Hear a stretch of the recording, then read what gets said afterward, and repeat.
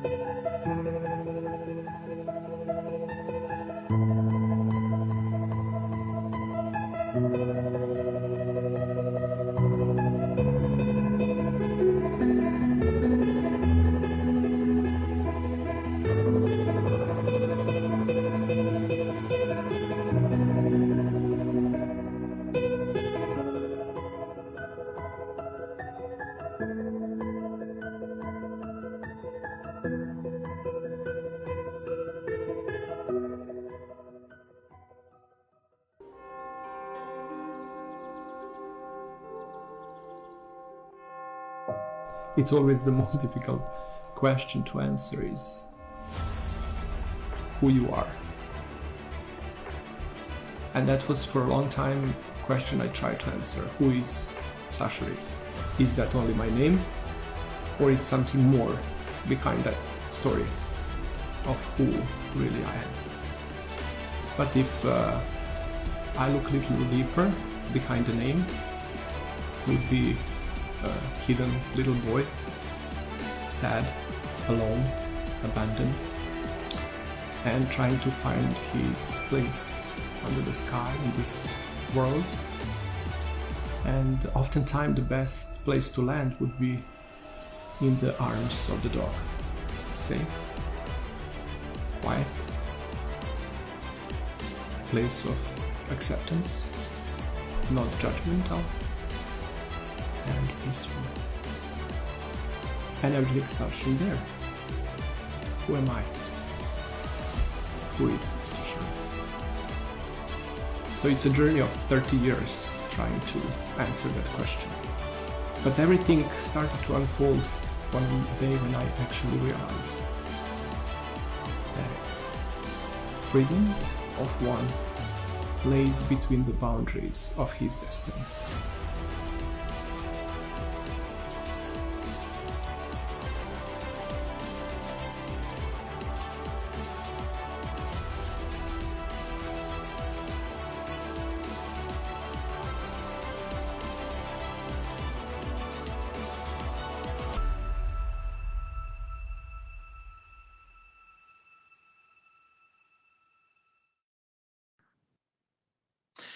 And hello, everyone. Good evening. Welcome to a new Monday, new episode of this podcast, Grooming with a Positive Mental Attitude. But starting from today, a very different format. Moving on in 10 new episodes from now, we're going to have a guest every single Monday. So book your calendars up front, Monday, 6 p.m. Eastern Time. And to open this wonderful session and wonderful kind of journey that we are just to unfold is with my great friend and inspiration and student and mentor at the same time, I must say, because next to you, I opened a lot of new paths to my own, Jayne Gallagher. Thank you so much and welcome. Thank you so much, Sasha. Welcome. So, when I started this journey, Grooming with a Positive Mental Attitude, you embarked immediately. I did. What was your main reason to do that? Like, what actually drew your attention to that, and then yet actually let you be so stick and so committed to the journey that was actually happening there? Because there's this saying that with age, you switch passion for wisdom. And every time that you would present something, I could identify with it because I have walked a very long, blessed path. And as I've mentioned to you so many times, in my life, I have worn so many hats as a human being. There's so many situations that I have found myself in. And so when I heard you introduce your Sasha Reese world and the path that you were going, I was very excited because I knew that there wasn't a topic that you were going to cover that I could not really identify with. Okay, so thank you for being so committed. And actually, this unfolded that unfolded in this, that I actually wanted to share this behind the scene of people's success, because I want now, from now on, I just want to learn about you as a Jayne, not in a like a fame of your celebrity grooming achievements that actually a lot of people would love to identify with. And I would love to learn about behind the scenes.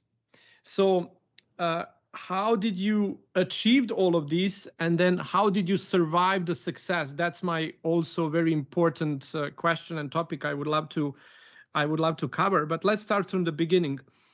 How this grooming actually happened to you? Professional grooming, how that happened to you?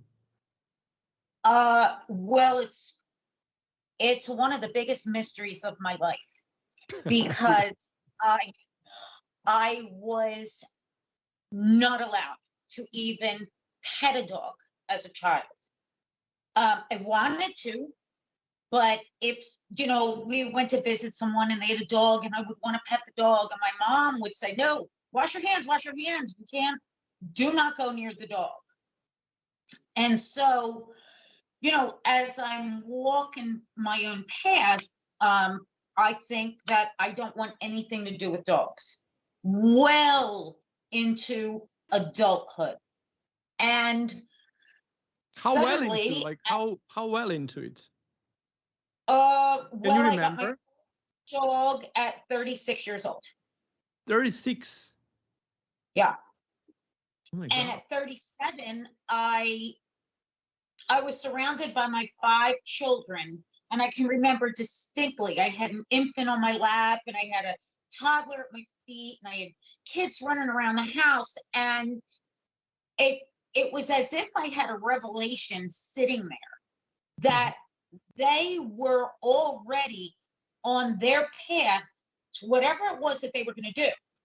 And I remember being terrified that I was going to be hanging on them not to leave me.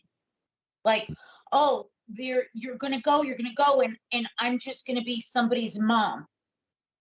And I was terrified. And at that point, when I was 37, we still had the phone book and yellow pages. And I would be, flipping through the yellow pages thinking, what can I do? I should start thinking of something to do rather than just being mom. What is it that I can do? And I saw dog grooming. And I had my little Shih Tzu on the floor. And I saw dog grooming. And I called that dog grooming school the very next day. And while I'd like to say the rest is history, it was not. Because when I went for an interview to the dog grooming school, the instructor said, "Well, what brings you here?" And I said, "I don't know. I'm afraid of dogs." And he said, I think you probably should reevaluate what you're doing." And it was just, I don't know, Sasha, for lack of better words, it was some kind of a inner driving direction, force, whatever. And I went back and I said, okay, just let me try. Let me just try. And I did. So I went to school.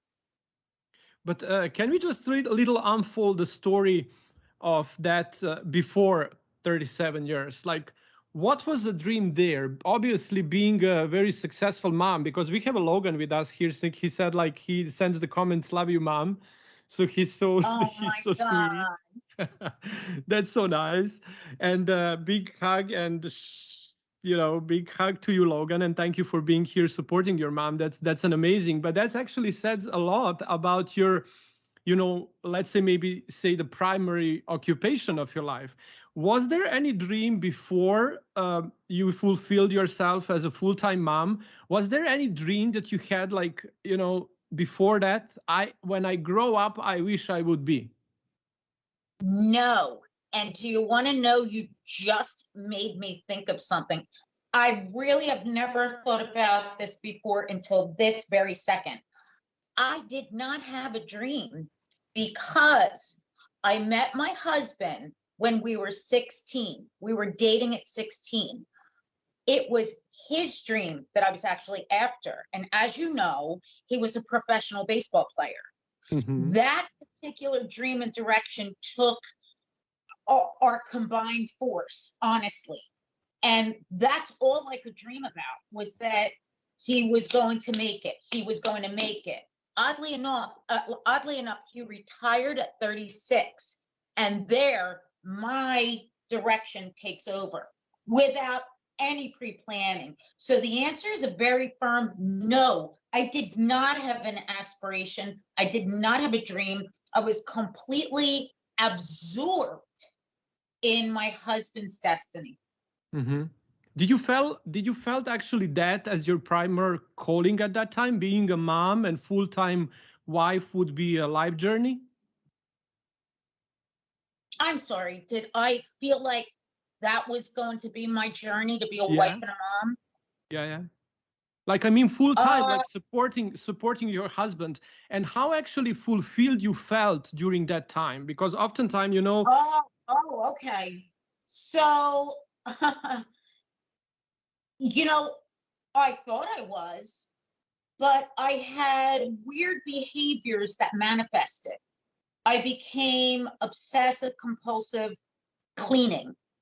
I Mhm. became obsessive compulsive in organization, and I would paint a room 5 times in a year. So I was constantly like managing and recreating my little environment.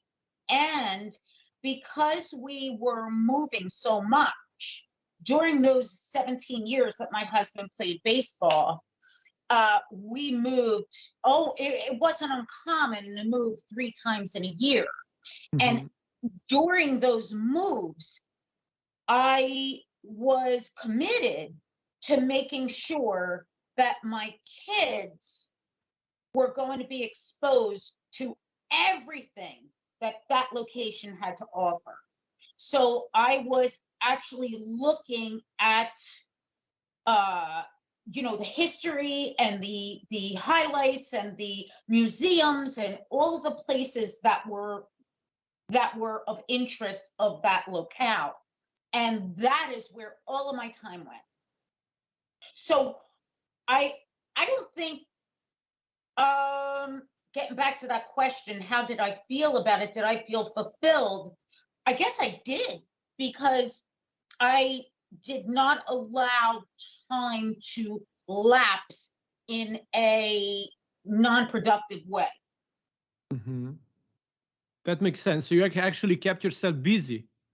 Did you have Oh yeah. time to think about when everything of that, when a full-time mom and a full-time wife, supportive wife, stage, and that they pass by?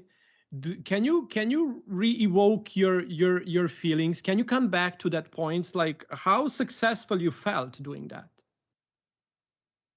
Um, I think,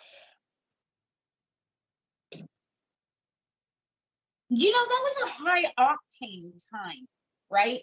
So you're talking about living in a very unique situation and circumstance, okay? So everything is it's unlike anything that I could relate to in a working person's life, okay? So when you're talking about a professional athlete, that is, it's a lot of money. It's a lot of fame. It's a lot of, how would you call it? Special person situations. So in other words, wherever we went, the red carpet was rolled out and you were considered a celebrity, a special person. And so it's hard not to thrive in that. Okay. So like, it's hard not to, have a day where maybe you're a little bored. So why don't I just go buy a car? So it's very weird. Like, it's not the life that I know now. And coming to this life had some real major pitfalls. But you actually you kind of stardom, I should say. You rolled up your red carpet of celebrity again in your own business. You don't decorate and repaint 5 times the rooms, but you that to your dogs. It's kind of you kind of repeat the same celebrity fame, but in your industry at this time that you kind of built it for yourself. Oh my goodness. I really didn't connect those dots.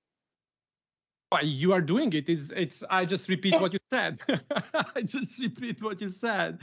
So that was okay, and that's actually very nice. Very nice. Can you feel the same kind of emotional engagement in being celebrity behind the back of your famous husband and leading the celebrity of yours at this time? Especially after you was exposed to this big show, Pooch Perfect. So I did not. I did not regale in celebrity behind my husband. Mm-hmm. If I was to be honest, I would say to you that I was very insecure. I felt very much unfit to be there. And you're going to say, well, why? Nothing. No. I just wanted to ask you, did that change now when you are a leader of your own? Okay.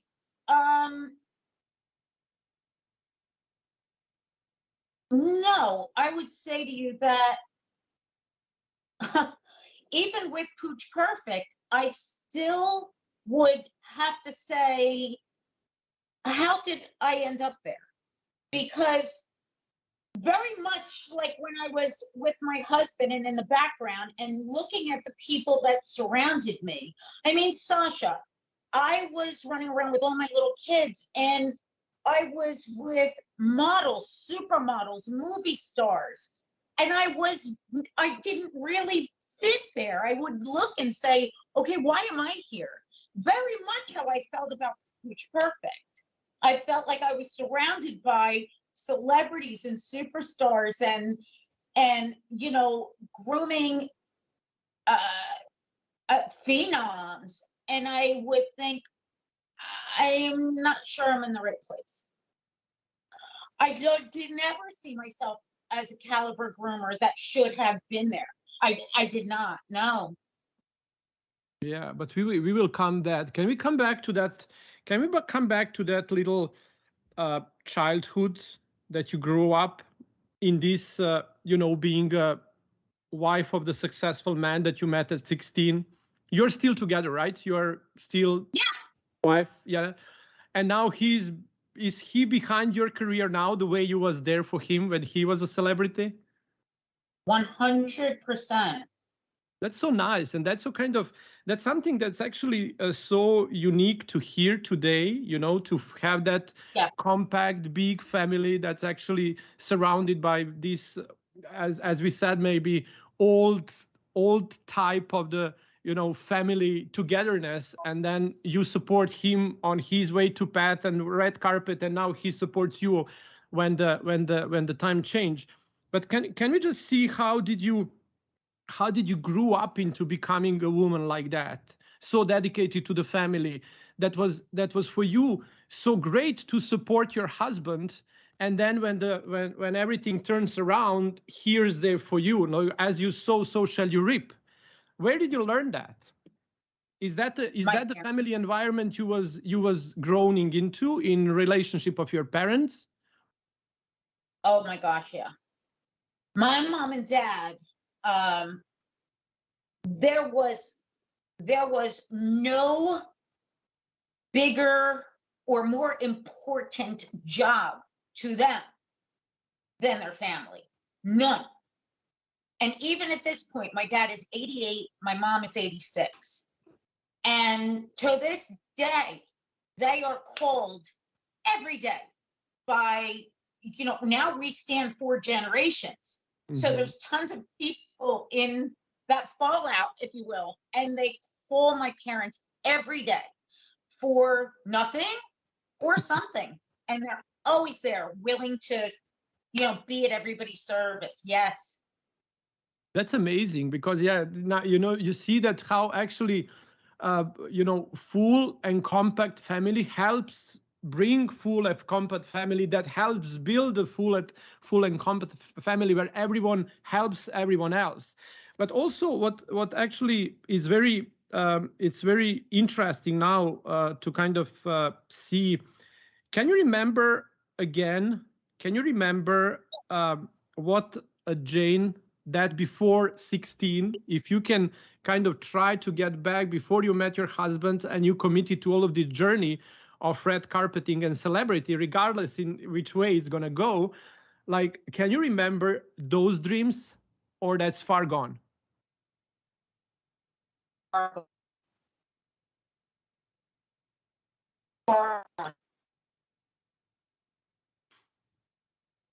Far gone. Yes. Because I would say that would be something important. Right. And oddly enough, to my husband, said, "Can you turn 7?" He would say every day, I knew I was going to play baseball.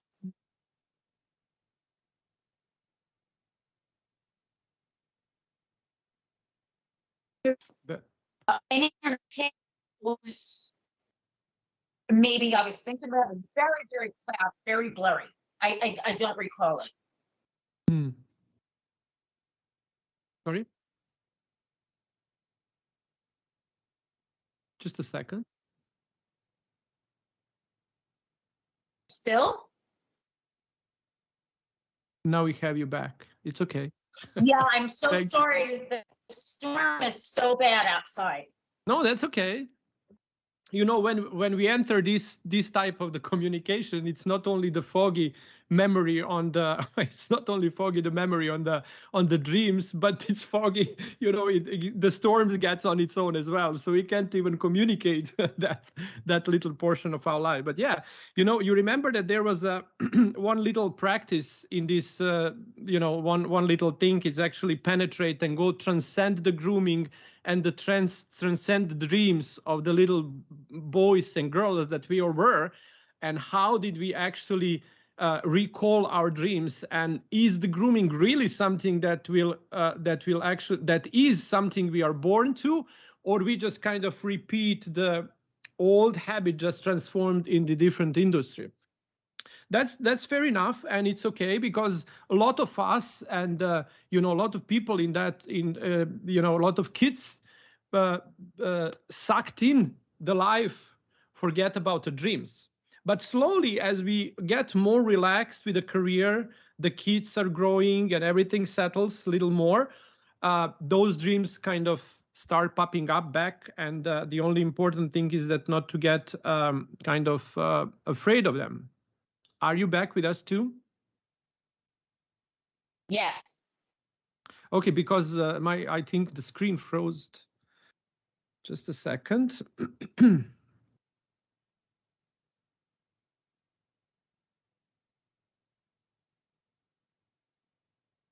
That's okay. So yeah, this is very important to understand for every single one of us, and that is how the Grooming with a Positive Mental Attitude series occur. To understand that sometime and oftentimes we are kind of raised and programmed and inherit a lot of things down the road, so we end up fulfilling a destiny. And then oftentimes the freedom in order to claim that destiny lies in the boundaries of the destiny.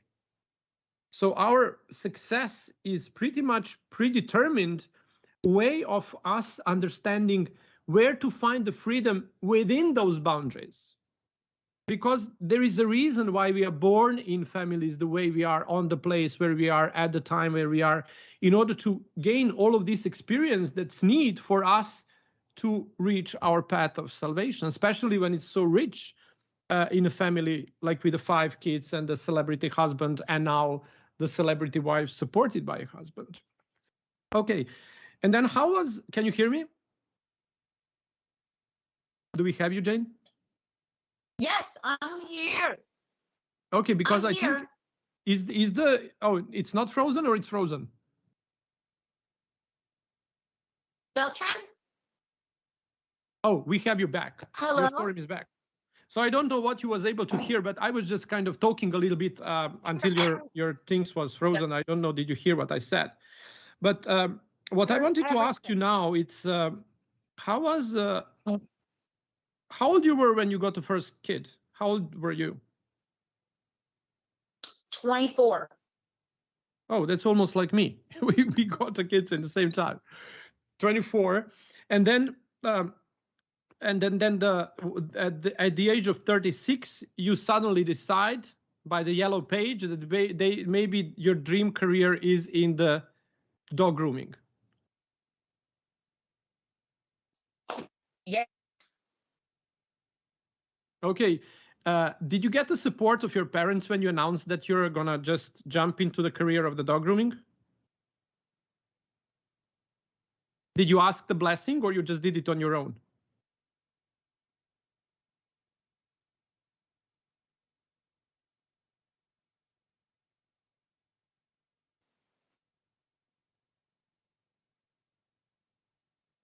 We have a snowstorm going on our end, so it's okay. So we're gonna still try to connect with Jayne, and yeah, this is very interesting. Sorry?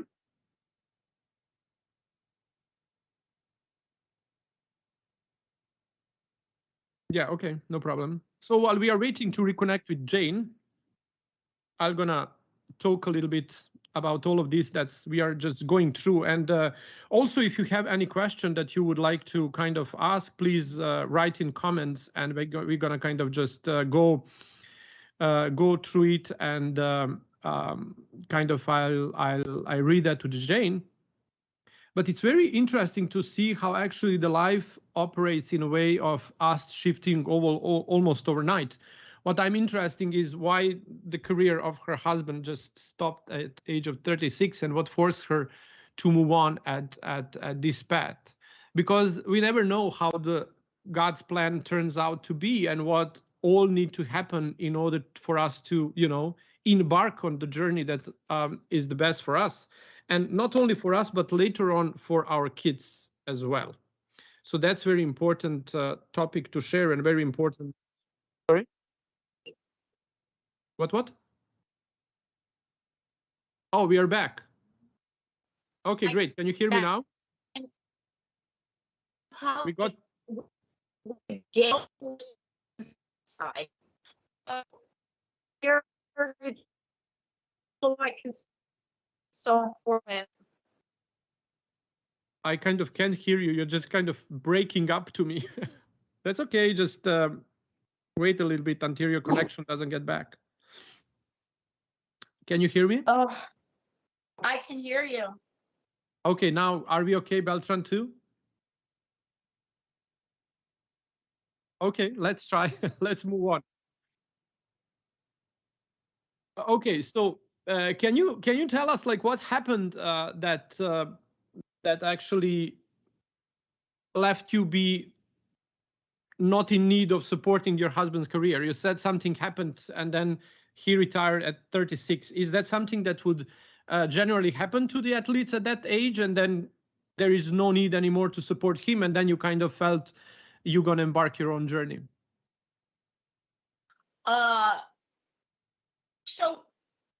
So an athlete usually is forced into retirement. Mhm. They're not really ready. And so for 4 years, my husband did, and he was experiencing depression, loss of his job. Mhm. That's a whole. So I was trying to groom dogs and learn how to groom dogs.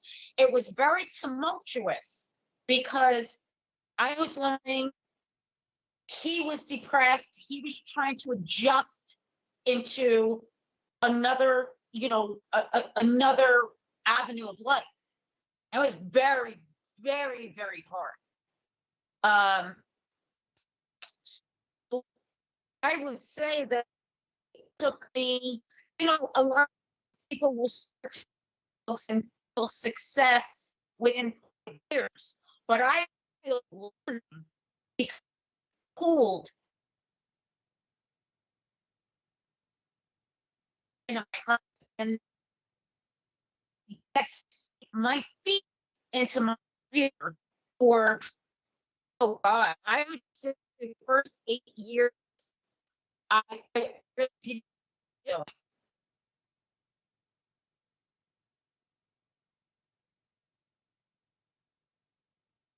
I somehow, because of some reason, I can't hear her. Yeah, I know that, but can we do something? Yeah, I know. Beltran, Beltran, You are cutting in and out, and I think it's because of the storm and the weather. Can you just repeat what you said if we can get that clear back? what?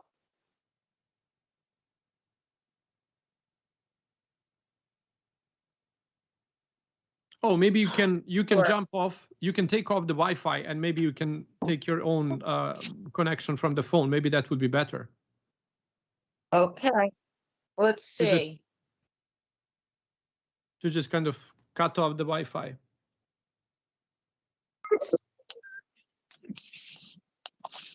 Is that good? Yeah, I think it's better It's now. better? For now. My So gosh. Okay. So what I was saying is that generally speaking, can you hear me now, Sasha? yeah, great, perfect. Okay. So usually when someone will go into dog grooming, um, you reap the benefits of this education pretty quickly because you are on that trajectory, on that path. For me, I would say the first 8 years was filled with static. I couldn't, I couldn't accomplish much because my husband's transition into retirement was very difficult. I mean, you don't take a professional man and just say, in one day, you're done. That came with its own hornet's nest. Side at that time, and being mother of 5 and going to the school. Yeah, so I developed a lot of anxiety. I developed, unfortunately, I became a master at catastrophic thinking. So anything that I was thinking, I would come up with a worst case scenario. And I really honed those skills during those years. And yeah, that was a real big problem. So, and then you give yourself time to go in a school of dog grooming. Did you get that? What I asked, but I didn't hear. Maybe you answered, maybe not. But what happened when you told to your parents? Like, I'm gonna become a dog groomer at the age of 36. Like, did they support you since you have such a good connection with them? How No, was they that were calling? very, very annoyed. They were Oh, so annoyed. who was Because who with was who them, was who was specially against the dogs in the house, mother or the father? oh, both. Oh, Both. both. Equal. Equal. And then you finally come home and you said, hello, I'm just gonna become a dog groomer. That how it goes? Yeah. And of course, I was met with basically, what the hell are you doing? You have kids to raise. What are you doing? You get don't think you're gonna go playing with dogs when you got all these kids to raise. So there was that. And I just kept going. I just kept going. And I can remember thinking that it was not enough for me to, because at one point early on, I had to take my dog to a vet, and the vet kind of ridiculed me. She said, oh God, you will only be a shave and shampoo girl. So, and I just thought to myself, I don't see myself as that, and I can't accept that accusation. did you send them later? Did you send them the link to the Pooch Perfect? Did No, you? no, Are they still around? they are. Oh, really? Did they change their mind? Are you still in touch with them? No. Really? I've long since moved away from there. So yeah. Oh, okay. Yeah. So and then you tell at the age of 36 your parents, and you don't you get the blessing or you don't get the blessing. Did they No. But you didn't care at that time. No. Was your husband okay with that, and what the kids would say? Like they were okay? Yeah, my husband was great with it. My oldest daughter, Shannon, actually used to drive with me to dog grooming school. And at 13, she completed the bather brusher course, which was one of the prerequisites was you need to graduate high school. But the instructor saw her and just said, you're going to do this. So my daughter joined. My son Donovan, as you know, joined. My daughter Easton was also my bather for many years. My niece, there's not one person in my family that hasn't, experienced my dog grooming life in some capacity. That's amazing. And then you actually, when you start building this brand, what's the name of your brand? Like you started as a mobile, or you started as a one-stop shop? Like how was it? I started out in like a 6x6 room in my garage. And those were the days where I was a shave shampoo girl. Like the 10 blade was the only blade that I knew how to use. And every dog, whether they needed it or not, got a 10 blade everywhere. And then from my little 6x6 area in my garage, I went into mobile. And the mobile thing was very amazing because there were a very big group of groomers from New Jersey. And we used to gather every single month and take classes. We would fly in instructors and we would take classes. And out of that group, I was basically handed a grooming business because this groomer was leaving the state. She just handed me her book and said, here you go. Here's a grooming business.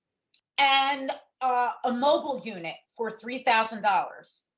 Oh, and that good... particular circumstance propelled me into this momentum Like that was the beginning of the momentum. It was not this little 6x6 10-blade shaving, but this group of groomers that we would all meet and build and feed and teach and grow.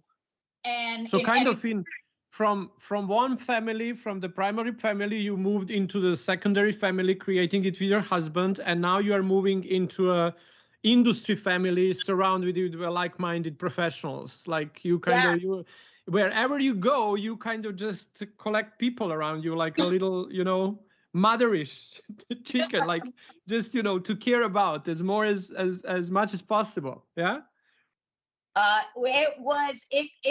it was some of the best times of my life in this groomer's kitchen. We used to just bring in 15 tables in her kitchen, and there we would all be with dogs and a teacher and books, and oh my goodness, yeah. Okay, and now you are starting to feel fulfillment with your own job. Yes. Are you still anxious, or anxiety is just not something that you give attention to too much, or there is still At that time, Mhm. oh God, yeah, I was still anxious. Oh yeah. And Yeah. what's the anxiety about? What's the anxiety around? What scares you? What's uncertain there? You have a great career. You have a you are establishing a good career, family-like environment. You have kids that are around you. Some of them are embarking your own journey. So what's their kind of how that inner feeling of what you are actually searching for in order kind of to feel like I should maybe just wake up one morning and don't feel anxious anymore, or that's actually maybe that anxiety does that comes with having 5 kids and then being so kind of concerned for all of them and holding all that, or are you kind of control freak on some end that you want to control everything and everything need to be perfect and I need to kind of know that everything gonna go well even though I project the worst case scenario? Well, listen, when you have children, all of a sudden you must be a control freak because you must do everything from the point of the birth of that child. You are in charge. So, I was very good at that. I was very good at being able to, make sure that everything was done. And I felt like I was the octopus with 8 arms. That's how I see you. Like there is a husband, need his a little attention, and you're still around. How that affected you as a woman, turning this celebrity overnight into someone that's kind of there and it's in depression, in his own need. How do you feel as a partner at that time? Do you because oftentimes when that happens, people would say that the deeper emotion would be just some anger and some disappointment and some kind of how you two overcome that experience, because that's something that's we should all learn from. Because when that type of the events occur in the family, that's very very easy point where the family can break. Yes. One word: respect. I respect him as one of the most amazing human beings on this planet. And he has taught me so many lessons just by me watching how he performed in the face of failure. Because as an athlete, you basically fail a whole lot. And he was able to do it with such grace and such integrity. I have tremendous respect for that man. and he for me. Oh my God. That gave me a goosebumps. And that's, you know, that's something that's a driving force for the future. And then, okay, I was I was your neck and your back when you needed, and now time, you know, just the time shifted us. So okay, be by my side now. I'm gonna move on and do the things like octopusing around, being a wife, being a mother to 5, going to lessons, learn the things, learn the school, not supported by the family. Was that giving you a little hard time not having that blessing at that age from the parents, or you just didn't give a? No, that didn't affect me because well, I feel that each generation evolves to a higher level because they're taught more from the generation before them. So, for my mother and father, I mean, they were born in the Depression. Do you think that they could take care of dogs? No, Makes they sense. couldn't take care of them. So their perception of anything extra in a household was not digestible. No.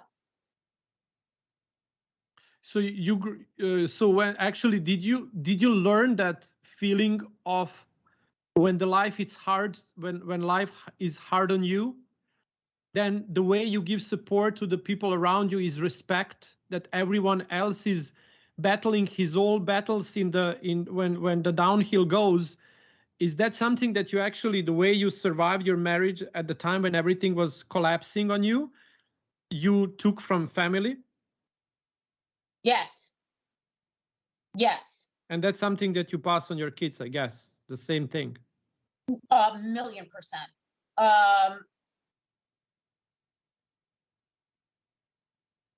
Oh, Uh-oh. Beltran, we can hear you. I thought it was me. Okay, that's okay. Yeah.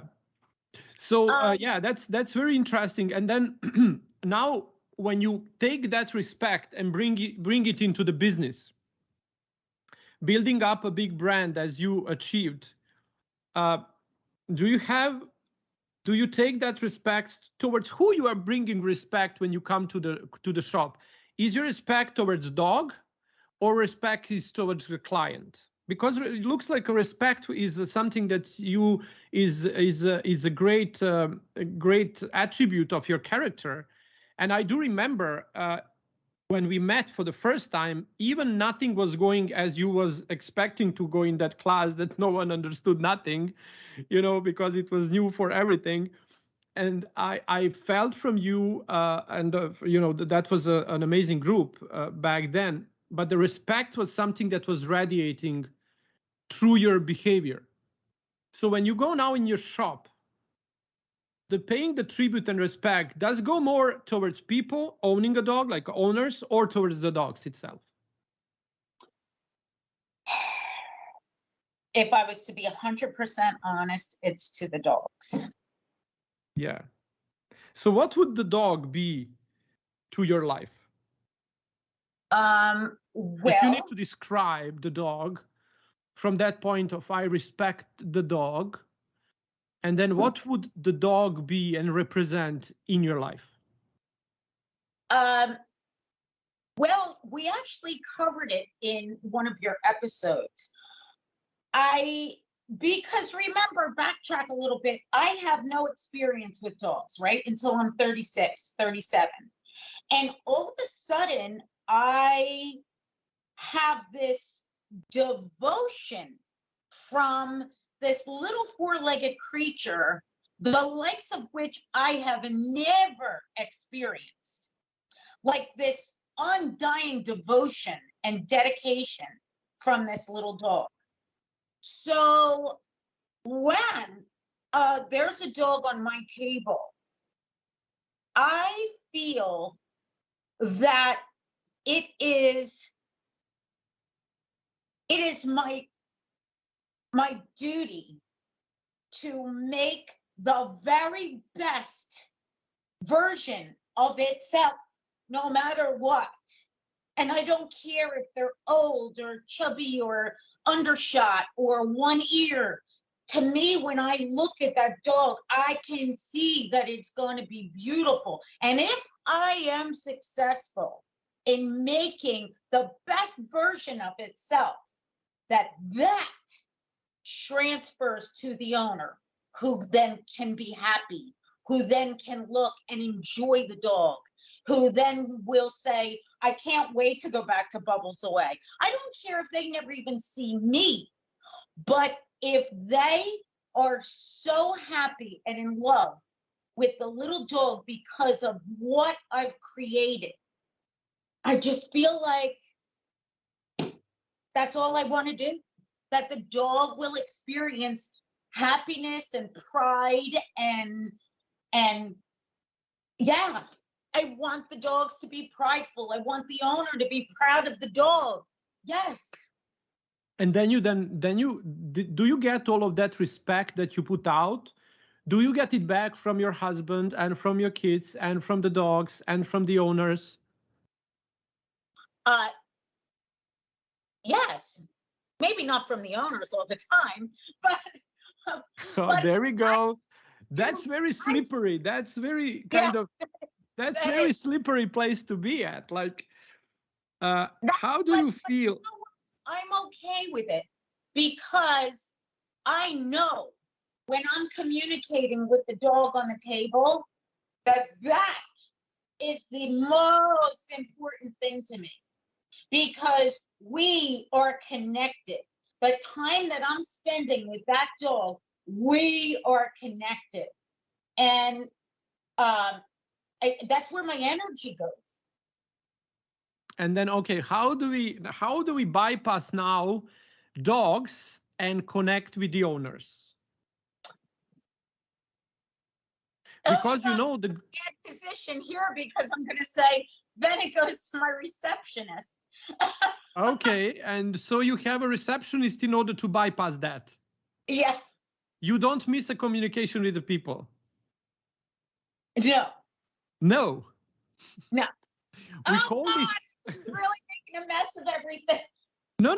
Oh, you would make a mess of everything if you would be. No, I said, am I making a mess of everything by? I mean, I know. No. It's because that's the purpose of the show. That's the purpose of this show. We said like grooming with a positive mental attitude. It's something that we need to develop. And as more we develop the positive mental attitude towards our clients, we're going to experience the joy in this business that we never thought is possible. Because that is where actually the real connection in human interaction comes. And the dog becomes an object that unifies client and the groomer. And all the purpose of putting this show up and these episodes up and all of this that we need to do is actually to come to that point that we understand the world the way it is. And we embrace the dogs as a guide towards other human being. So you are actually telling the truth, because that is how it is.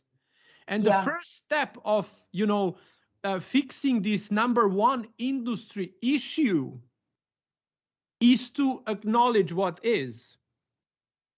And then we're gonna try to find a way how we can get us to understand that fulfilling desire of the client, it's more important that me grooming a dog nicely up to my standards. Does it make sense? Yes, surely. Because that is where really that's why the dog, the people come to us because the dog like us. But not necessarily the people like us because we don't like people.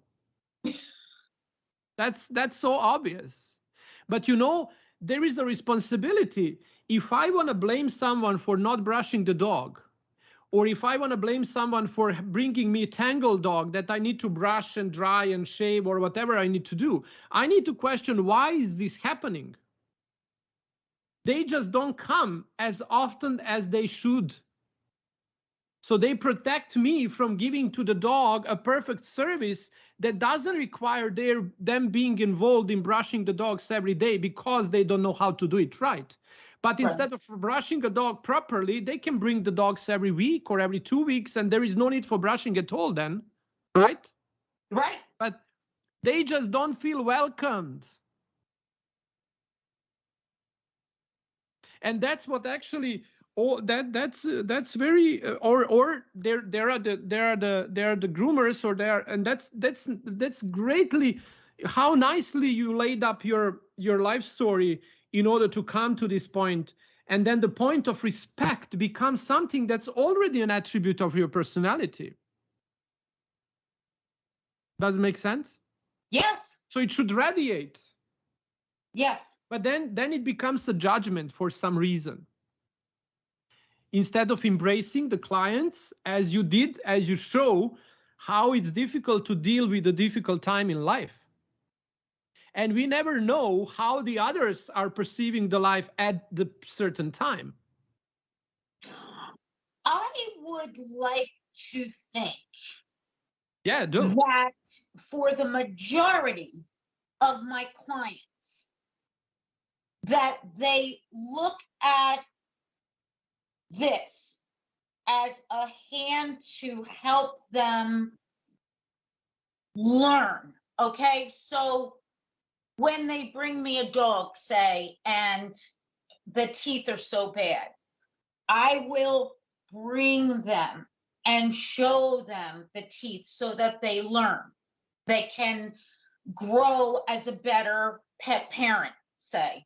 Or, you know, if there's so many tangles, my hand is there and I bring them to see exactly what it is. So I would like to say that for me and my relationship that I feel so strongly about the dogs, with my dogs, that it will go to the customers as a relationship of growth, as a nurturing pet parent. Yeah, but you know how do we go? Like, get back to the point of respect. Yes. There is pretty okay not to know.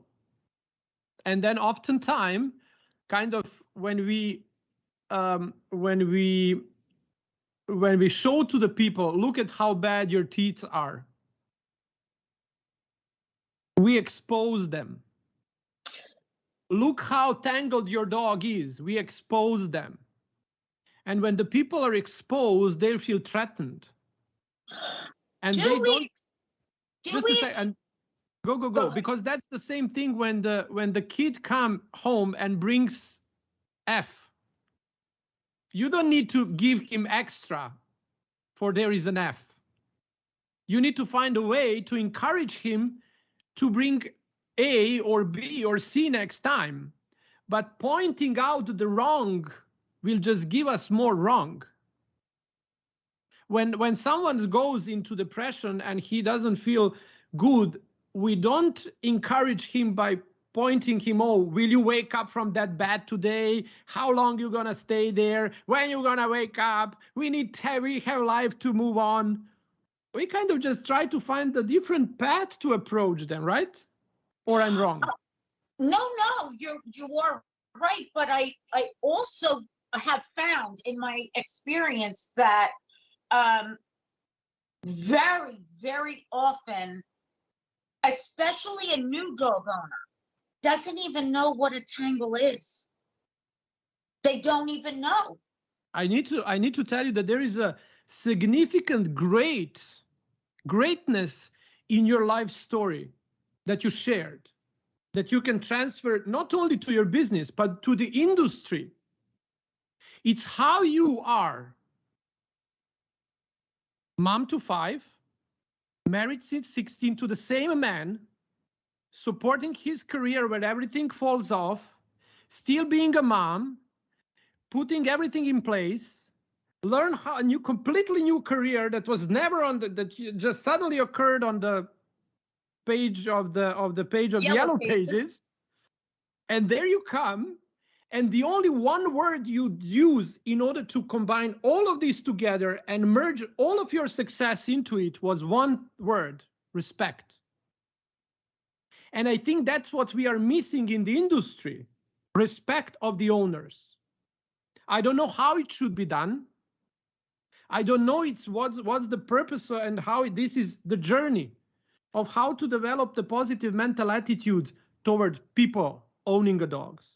Because I feel on one stage, industry is here and we are here, that we completely don't communicate because we have two different ways of approaching the dogs. We respect the dog and we love the dog from our perspective and point of view. Nice coat, clean coat, perfect cut, everything. And they have in their dog something else. So in order to bridge two of that, we need to somehow, I don't know how, and you can teach me how, because you proved you know how. Well, I look at it like a doctor. So when I go to my doctor and I say to him, oh, I don't know, I have a pain, I have a pain. But you see, I'm deferring to that doctor to navigate for me to solve what's bothering me, because I don't know that direction. He does. So, and the best doctors do it with respect to their patients, correct? He understands that I don't know where the pain is coming from, and I don't know why I don't feel well. He does, and he's able to make that transition through a beautiful communication and one based on respect. So when I do have a situation, I always try to keep that in my mind when I'm talking with a customer that honestly really may have no idea. But I hope in my heart of hearts that they look at me and say, she knows, and she's telling me and helping me learn so that my life and my dog's life can be better. And then I don't ever feel that I've done so in a way of disrespect, but sometimes we have to show what we see.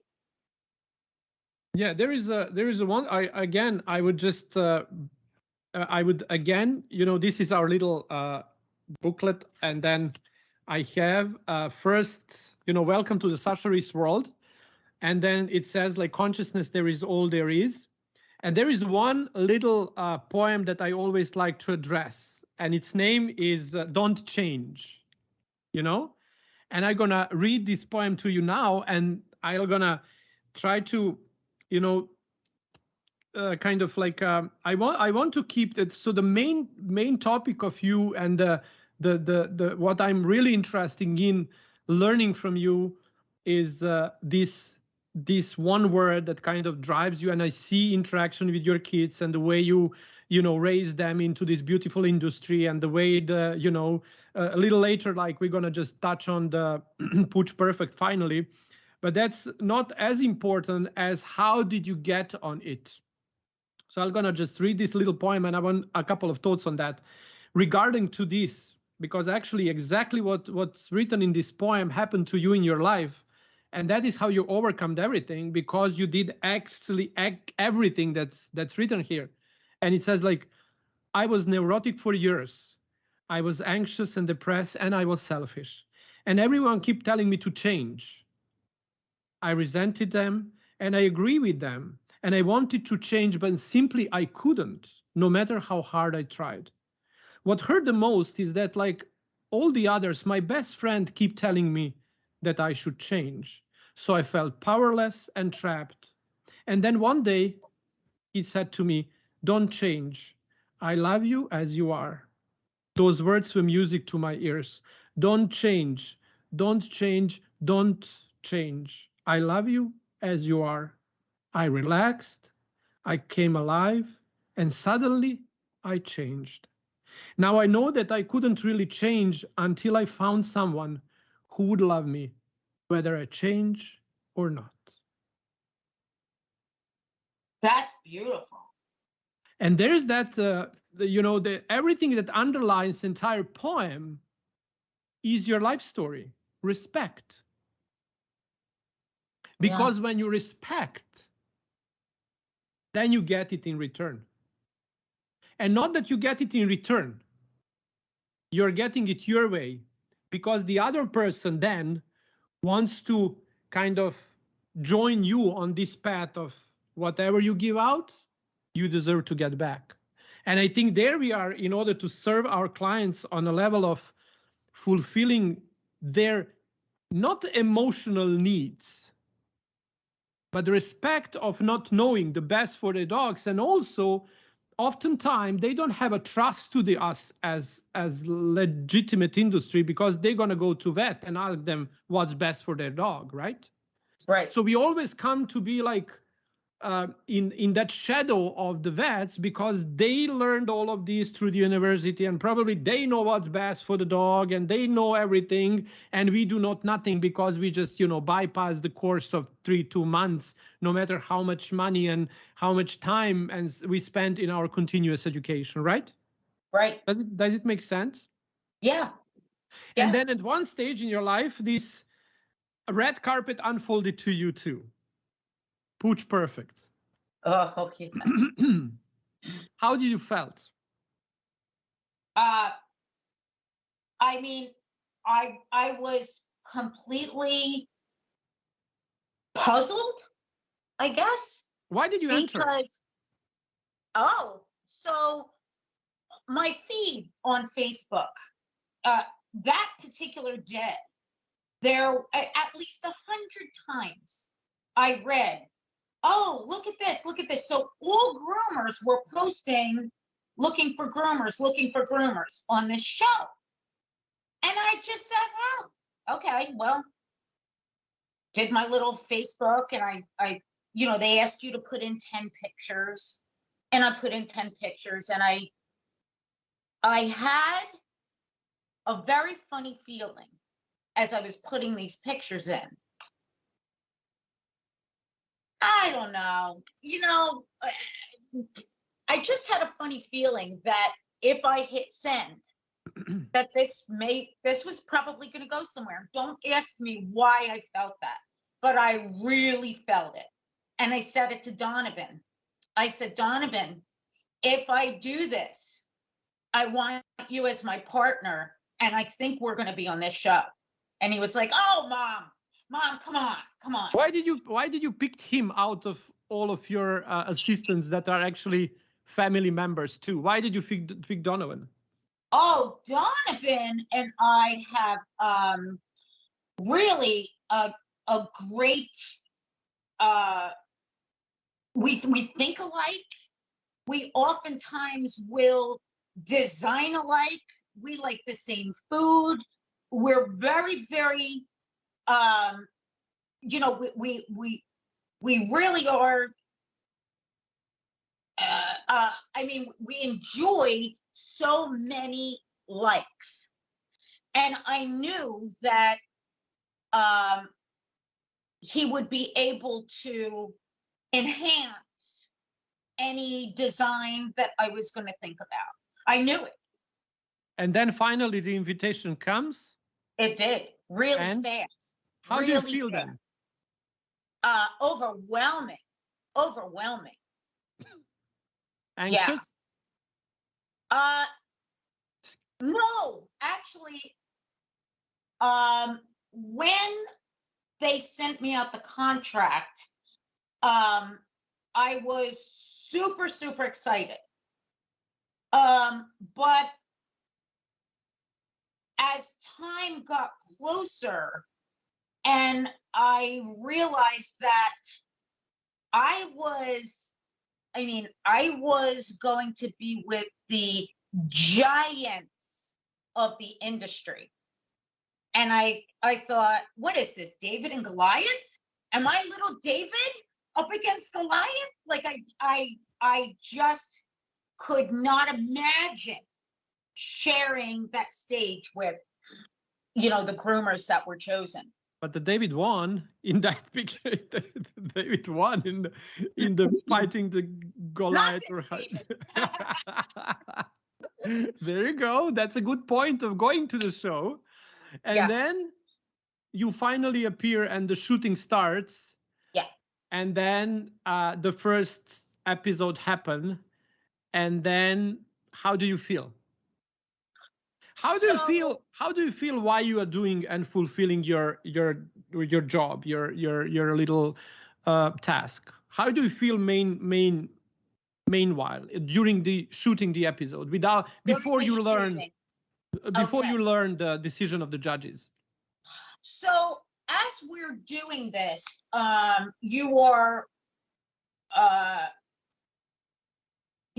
are experiencing hyper adrenaline. Okay, so your adrenaline is so high, you're making mistakes. You are your focus, my focus was like when I'm designing in my shop, it feels almost like I'm writing a song. Okay, almost like you're painting your room again. There you go. But I feel very calm and I feel almost like I'm in fluid motion with the dog and I feel very good. That is not how I felt on set.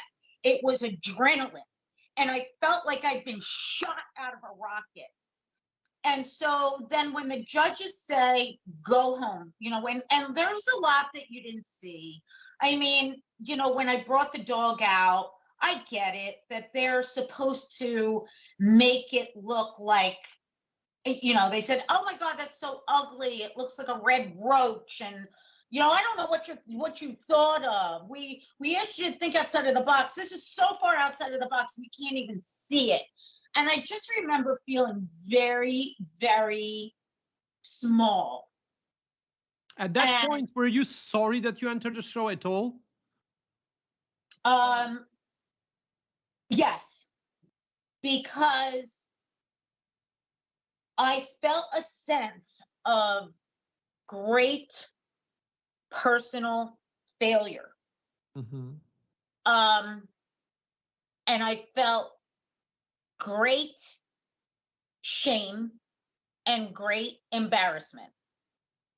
And I remember coming home, and I don't think that it's an exaggeration to say that I cried for 3 weeks.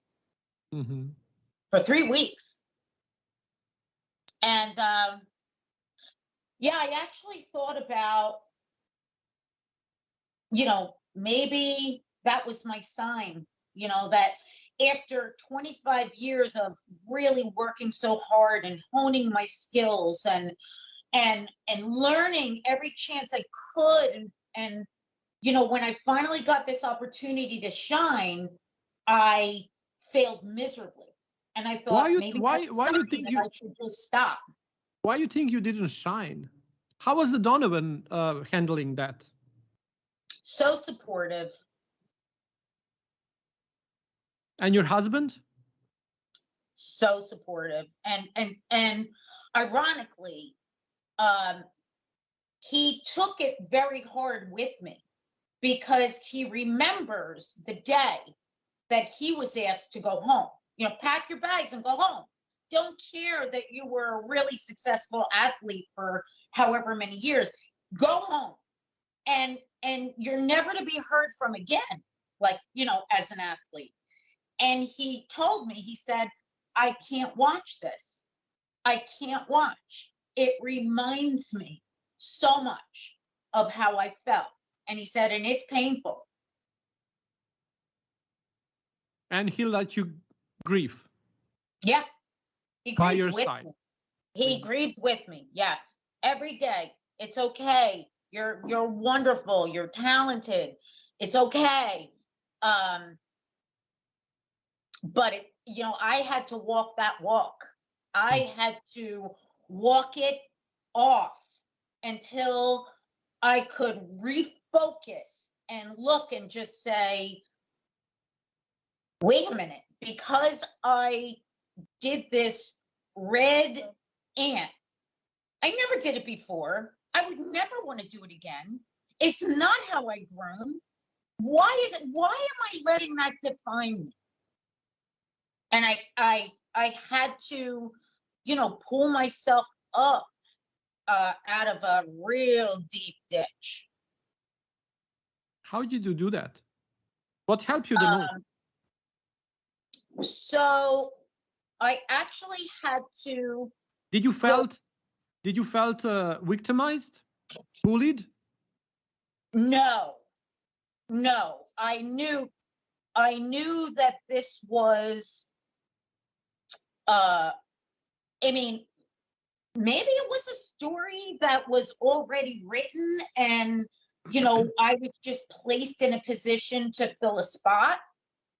Maybe that's how it was, but for me, I had to go back and pull back into my truth, what I enjoy doing. Okay, listen, just a second, 1 second now. So Sure. if that would be prerequisite to the, I just want to put the shoes to the right place and look at your perspective.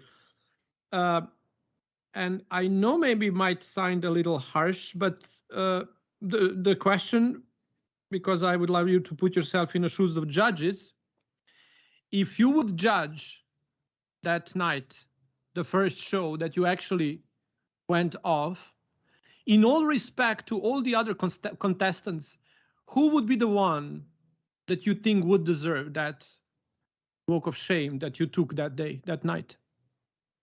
If that's not your ant, or yeah, how you call that little red ant? Yeah, they were justified. No. But from your point of view, who did you do better against all the other work that was out there? That I could never answer, because I was, you know what I mean? When you're on that show,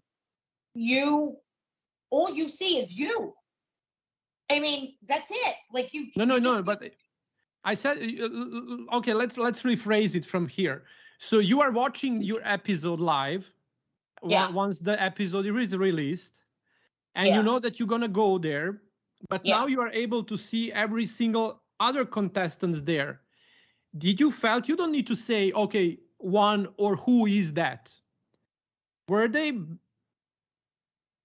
worse job done than you, and you feel like you don't deserve it? No, I deserve to go home. I deserve to go home. You deserve to go. Are you so hard on yourself, or that's kind of the way you pursue it, really? And no, again, if it's not a perfect world on TV. Okay, so you're not going to get a nice dog, or well, I didn't anyway. You don't get a dog that you can do what is in your mind, and that's the challenge. Nobody really got what they could wish for, I guess. So, what I had in my mind did not transfer onto the dog that I got. And so, to answer the question, yes, you could send me home, because it did not translate well onto my dog. It did not. Fair enough. And then coming back to did you watch all the other shows? Yes, I did. Until the end? Yes.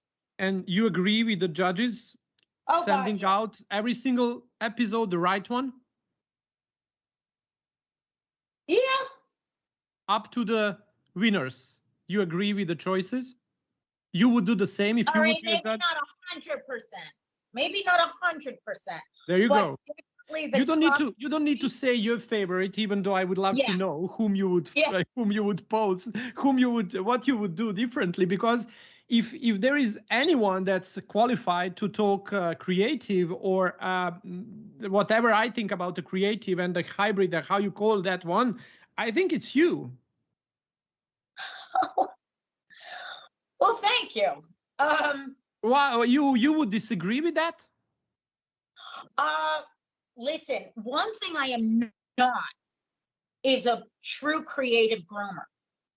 And when we were going to go on this show, we were actually told that our strengths as groomers would be highlighted. So we all thought that we were being put on the show for certain flares, if you will. But when we got there and found out it was 100% creative grooming. Oh, Sasha, I was a fish out of water. Like, I don't look at a dog and say, oh, yes, I'm going to absolutely be able to put a Disney movie on a dog. I couldn't do that. Not if you handed me $1 million. I don't have that ability. Then what made you actually don't use that opportunity to show what's best in you, regardless the rules of the show? Well, I had planned on it, but I was What? Why you didn't do them? I planned on it, but I was gone too quick. So, when we had to submit our design, okay? So my design was a glamorous ant, which I will show you at another point. It's on my TikTok. When I did my glamorous ant with the big legs and a big swirl butt and, beautiful antenna and everything, my ant was beautiful. But then when it came on TV and I didn't really have a great model and I didn't, this dog had never been colored. And so as I go to put the dye on the dog, he does a death alligator roll on the table. And you're like, you don't see that. So, listen, there's a lot that went into that craziness. But I will tell you this, that aside from all the things that really messed with my my state of mind, what came out of it was way better than any money that I could ever win, ever, because the camaraderie that came out of that with the other 9 contestants and their partners is it is a love so deep, and again, a respect for them that is so deep and so unshakable. And they enrich my existence, all of them. And again, a type of the family around you. Yes. So Yes. you move from this kind of sort of different organized groups of the people, either that's very close family or your people around you, like you had that groomers that you collected around, so you kind of made all of these people help you grow and learn. And then the Pooch Perfect that puts you on this walk of fame and everything that you kind of just call it walk of shame. Unfortunately, that's not the way it actually came to be. But and then what happens? How did you overcome that? By support of your family and friends, right? Your other contestants of the castmates, the Pooch Perfect people. Even though I was sent home, they stayed connected. They would call and text. We still have our own group that only the members are in this group, and we communicate almost daily. Mm-hmm. And I will say this to you because I'm not lying, but I love them deeply. And so to me, knowing how love feels in my life, with my kids and my husband and my family and the people that are close to me, when I feel it very deeply. And that is something that, money can't buy. It it's just a feeling and an enrichment that transcends anything that, you know, that any money could purchase. If you need to name like 5 people that shaped you, who you are today, regardless is that professionally or privately, like who would those 5 people be? Oh, well, I mean, the obvious, my mother and father, my husband, and I think probably I really could not separate my children, but my children, all 5, have been my teachers, really, really big teachers to me. Yeah, that's amazing. Actually, the best 5 people in the world you could pick. You just name them up to the point. And how would you describe like who is Jayne today?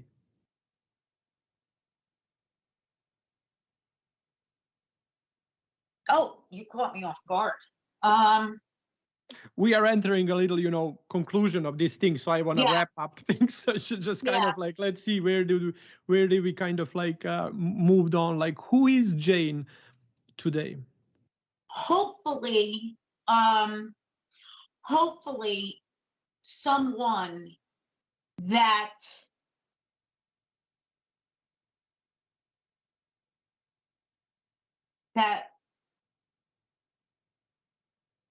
is loved. Why hopefully?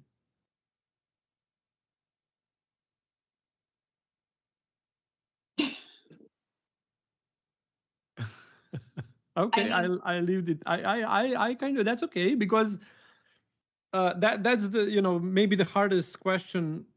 The question is who is Jayne and who is Sasha and who is whoever is, because when you line up this wonderfully your life story, and then how the most impactful people in your life would be your parents, your family, and your kids, your husband that is by your side since both you are 16. That's kind of unseen, and that nothing suffered just actually made you be more connected and more together and more one in all of this crazy world that we are witnessing today. That's a proof of a love on its own. But if you tell me like one word that radiates with me when I say Jayne from now on is respect, because that's how you have put so much sacrifice that doesn't look like a sacrifice, that doesn't feel like a sacrifice, feel like love offered to the ones out of respect. And that's where we find our dogs as a bigger teachers to us. oh yeah. How to love without conditioning it. Yes. How to embrace without conditioning, and how to respect without to expect. Yes. How to respect without expectation. I love you as you are. And that's a formula to the long-term relationship with everyone and everything, including clients. I love you as you are.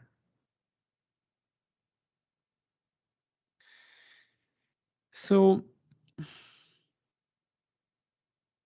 is there anything specific that you would love to share with the people? To say, like, if you would need to kind of put a conclusion to this little wonderful, if you're going to listen to this back, and if the people that were with us and the ones that are going to listen to this, it's in such a profound story that's somehow profoundly showing us that yet it's possible to be a perfect wife for the success of the husband. But when a life sends us challenges, nothing change, just circumstances change, but respect remain. And then the life sends us moving on, and we get 5 kids around and a new career, a new job, and new everything. Until that unity is around respect, everything is possible. And that's such a nice message that you shared with us today, openly and freely and heartily. That's kind of like a lot of people and groomers, regardless who gonna listen to this, would kind of take home a lot, because you do show and lead by example. And the only thing I would love you to be aware of your own story, maybe more than you are. And I'm so happy that this will remain here. And now if you just, it will remain forever, and you're gonna, keep reminding yourself how great you are to the people around yourself, to the community and to the industry. And finally shine up in the light of the light that you deserve to be under, because you are Jayne, and you are, materialization of respect, and you are loved. Thank you. So I guess that the only small tidbit that I can add to the word respect is that, respect is a safety net, because when you use respect as your guide, it's very, very, very unlikely that you are going to do anything out of boundaries. So, like, for the example, I respect my husband. I wouldn't want to lie to him. I wouldn't want to hurt him. I wouldn't want to be deceiving, because I respect him. And that respect keeps a very nice safety net around our relationship. And you can apply that to everything that you show respect to. and that's such a nice example to your kids, and that's such a nice respect to their kids, your grandkids, and everyone that you left alone, left down that road, into this life and the world of uncertainty. Because yes, everything can be overcome if the respect is around. Yeah. Otherwise it just can't happen.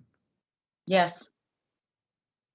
God bless you, Jayne, for this wonderful wisdom and words you shared with us today. And I'm so happy that I was able to kind of somehow, lead us to this.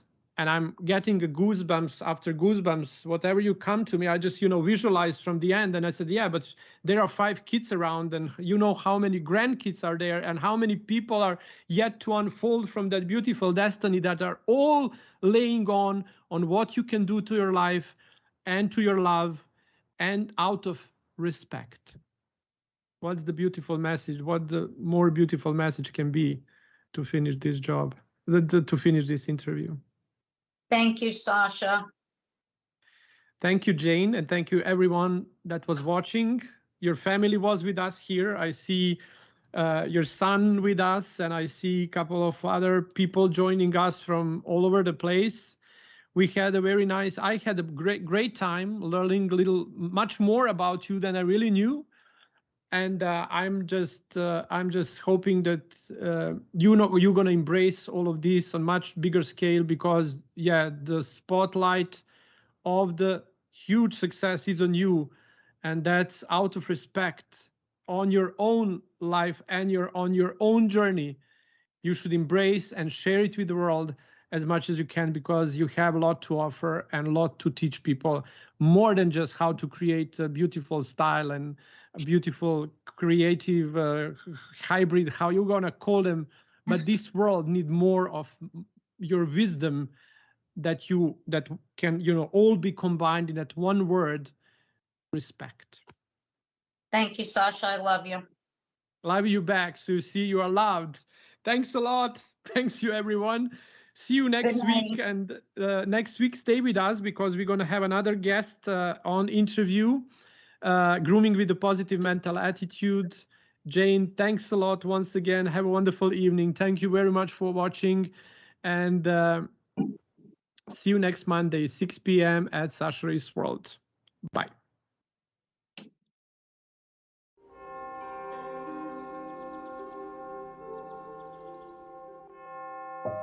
It's always the most difficult question to answer is who you are.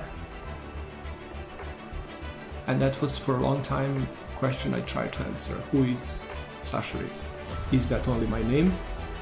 Or it's something more behind that story of who really I am?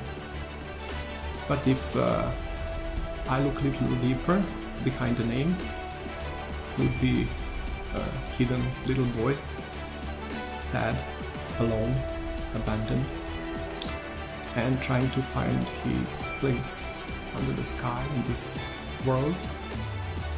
And oftentimes the best place to land would be in the arms of the dog. Safe, quiet, place of acceptance, not judgmental, and peaceful. And everything starts from there. Who am I? Who is Sasha? So it's a journey of 30 years trying to answer that question. But everything started to unfold one day when I actually realized that freedom of one lays between the boundaries of his destiny.